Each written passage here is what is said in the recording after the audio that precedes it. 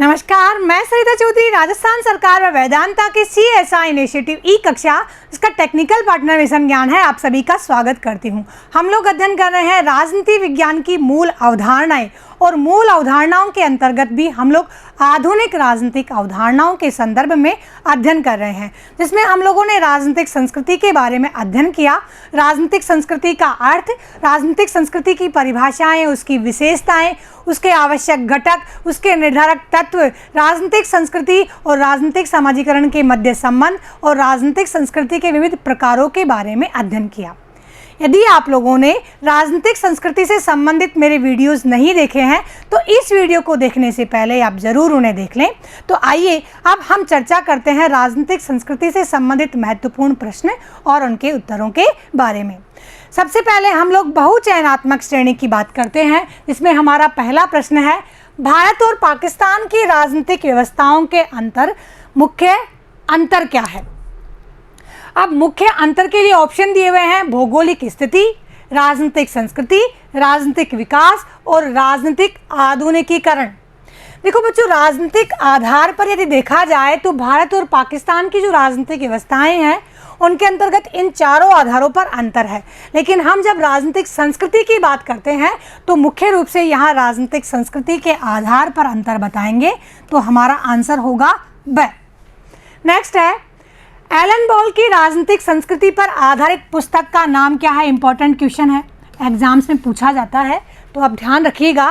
Elon ball की राजनीतिक संस्कृति पर आधारित पुस्तक के लिए ऑप्शन दिए हुए हैं आधुनिक राजनीति और सरकार, भारतीय राजनीति और सरकार, विश्व राजनीति की एक झलक और हिंद स्वराज्य। एलन बॉल की राजनीतिक संस्कृति से संबंधित जो महत्वपूर्ण पुस्तक है वह आधुनिक राजनीतिक अवधारणाओं के संदर्भ में लिखी गई है, अतः इनकी पुस्तक का नाम भी है आधुनिक राजनीति और सरकार, यानी हमारा आंसर होगा ए। नेक्स्ट है, इनमें से कौन राजनीतिक संस्कृति का निर्धारक तत्व नहीं है। राजनीतिक संस्कृति के निर्धारक तत्व हम लोगों ने पढ़े ही हैं। ऑप्शंस दिए हुए हैं इतिहास, सामाजिक आर्थिक परिवेश, भौगोलिक परिस्थितियां और लोगों की वेशभूषा। दिए हुए ऑप्शंस में से लोगों की वेशभूषा हम लोगों ने नहीं पढ़ा, क्योंकि हमने इतिहास पढ़ा है, सामाजिक आर्थिक परिवेश पढ़ा है, भौगोलिक परिस्थितियां पढ़ी हैं, विचारधाराएं पढ़ी हैं, धार्मिक स्थितियां पढ़ी हैं, लेकिन हमने इसके बारे में नहीं पढ़ा, तो हमारा आंसर होगा लोगों की वेशभूषा, यानी द। नेक्स्ट है अति लघुत्रात्मक प्रश्नों की श्रृंखला, जिसमें पहला प्रश्न है राजनीतिक संस्कृति के कोई दो प्रकार बताएं, यानी कोई भी दो प्रकार बता सकते हैं आप, जिसमें हम लोगों ने आमंड के अनुसार, आमंड एम वर्बा के अनुसार, फाइनर के अनुसार और वाइजमैन के अनुसार, और उसके पश्चात हम लोगों ने मात्रात्मक और शक्ति के अंतर के आधार पर जन संस्कृति और अभिजनवादी संस्कृति के बारे में पढ़ा था।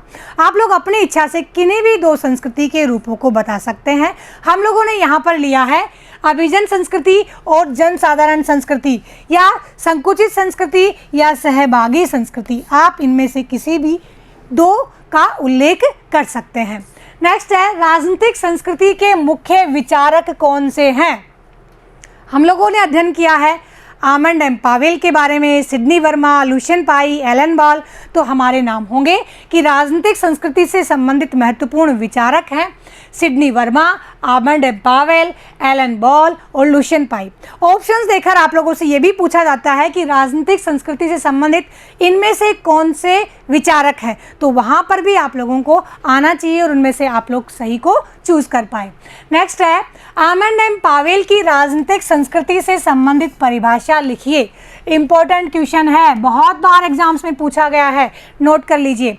आमंड एम पावेल की राजनीतिक संस्कृति से संबंधित महत्वपूर्ण परिभाषा है, जिसमें उन्होंने लिखा है कि राजनीतिक संस्कृति किसी राजनीतिक व्यवस्था के सदस्यों की राजनीति के प्रति व्यक्तिगत अभिवृत्तियों और उन्मुखताओं की शैली है।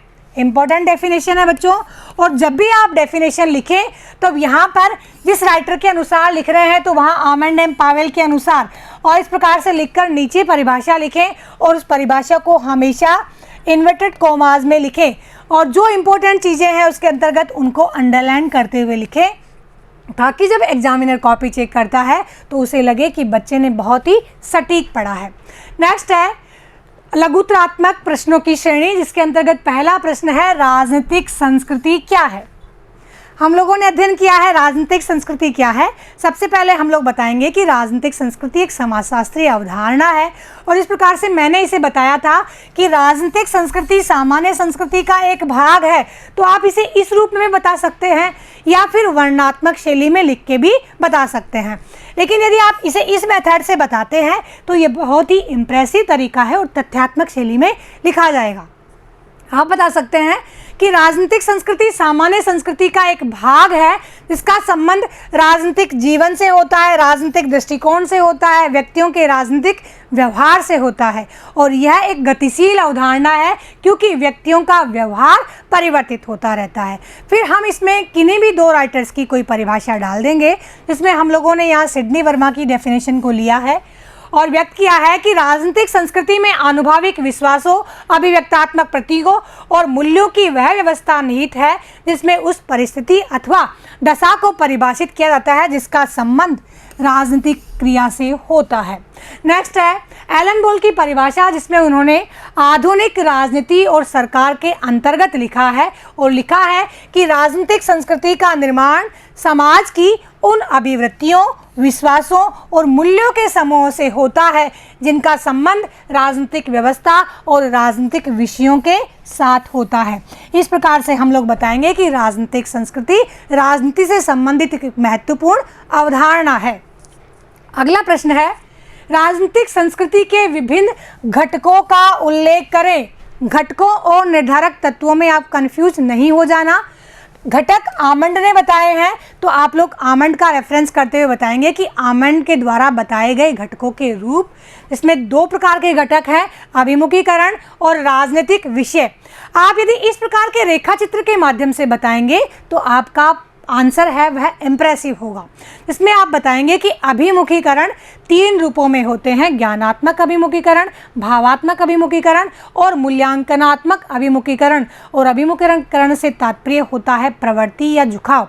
और राजनीतिक विषयों के अंतर्गत फिर आप लोगों ने जो चार रूप बताए हैं वह बताएंगे कि कोई भी एक निश्चित राजनीतिक व्यवस्था होती है, उसकी एक संरचना होती है, उस संरचना की कुछ समस्याएं होती हैं और उन समस्याओं का हैंडल करने के लिए यानी कुछ नीतियां होती हैं और उन सब के अंतर्गत व्यक्ति एक राजनीतिक कर्ता के रूप में होता है। अब आप लोगों के सिलेबस के अंतर्गत इनका उल्लेख किया गया है तो आप लोग इनका थोड़ा सा वर्णन कर देंगे कि ज्ञानात्मक अभिमुखीकरण क्या होता है, जिसमें राजनीतिक विषयों के प्रति, राजनीतिक व्यवस्था के प्रति लोगों को ज्ञान होता है। भावात्मक, जब ज्ञान होता है तो मन में उसके प्रति उनके भाव उत्पन्न होते हैं। और तीसरी स्थिति मूल्यांकनात्मक अभिमुखीकरण, जिसमें राजनीतिक विषयों के प्रति ज्ञान और उचित अनुचित का अंतर करना लोगों को समझ में आ जाता है। तो इस प्रकार से आप लोगों का ये 4 नंबर का प्रश्न होगा और बहुत ही सुंदर तरीके से आप इसे लिख सकते हैं।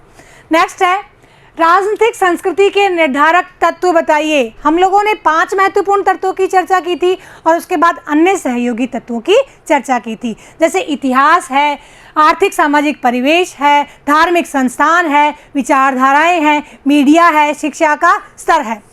तो हम लोग बताएंगे कि राजनीतिक संस्कृति के अनेक निर्धारक तत्व होते हैं जो राजनीतिक संस्कृति के निर्माण में सहायता करते हैं, जैसे कि इतिहास, इसके माध्यम से जो ऐतिहासिक परंपराएं होती हैं या वे प्रचलित मूल्य या प्रणालियां होती हैं जिनका हम इतिहास से अनुसरण करते हुए आते हैं, तो वे राजनीतिक संस्कृति के निर्माण में सहायता करते हैं।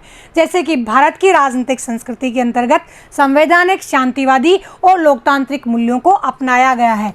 और जबकि लिखा हुआ है, जबकि पाकिस्तान, इराक और लीबिया की राजनीतिक संस्कृति हिंसात्मक और अलोकतांत्रिक है।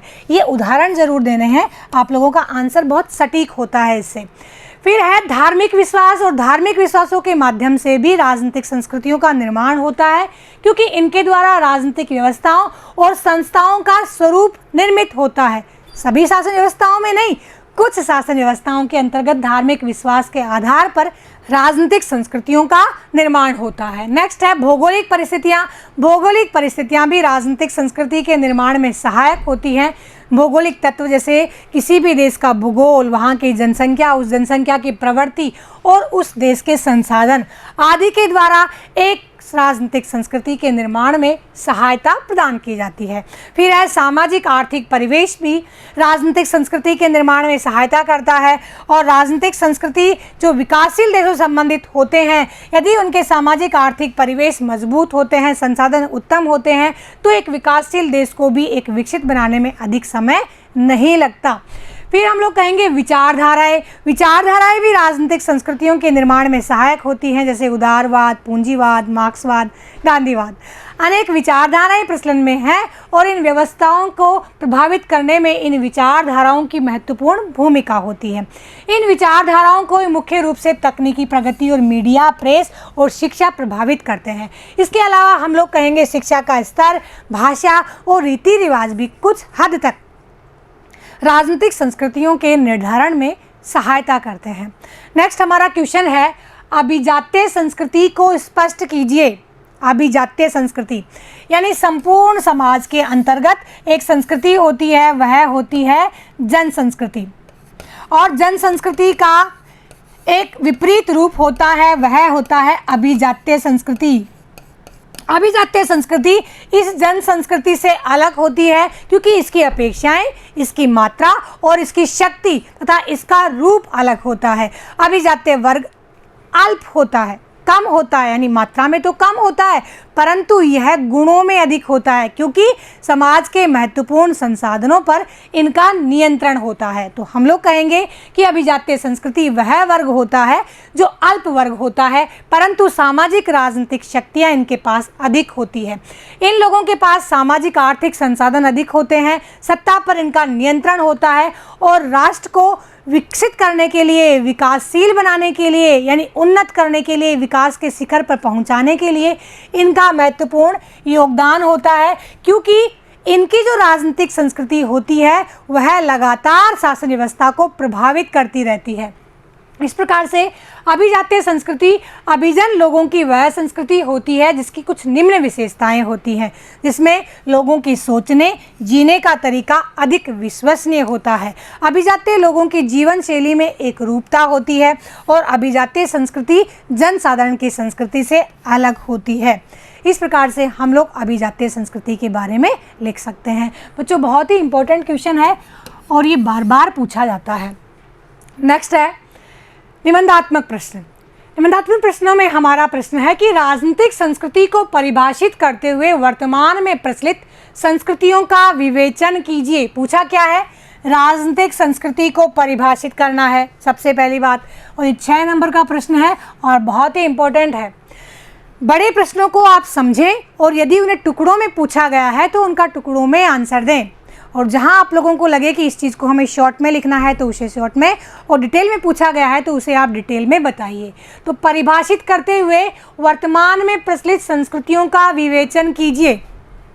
संस्कृतियों के रूप पूछे हैं, वह भी वर्तमान में प्रचलित संस्कृतियों के, यानी आमंड ने जो वर्गीकरण किया था आंग्लो अमेरिकी, यूरोपीय महाद्वीपीय संस्कृति और पूर्व औद्योगिक राजनीतिक संस्कृति और सर्वाधिकारवादी राजनीतिक संस्कृति, उनका रूप यहाँ पर बताना है। तो हम लोगों को समझ में आ गया कि आंसर क्या देना है। इसमें परिभाषाओं का उल्लेख करना है और प्रचलित राजनीतिक संस्कृतियों को बताना है।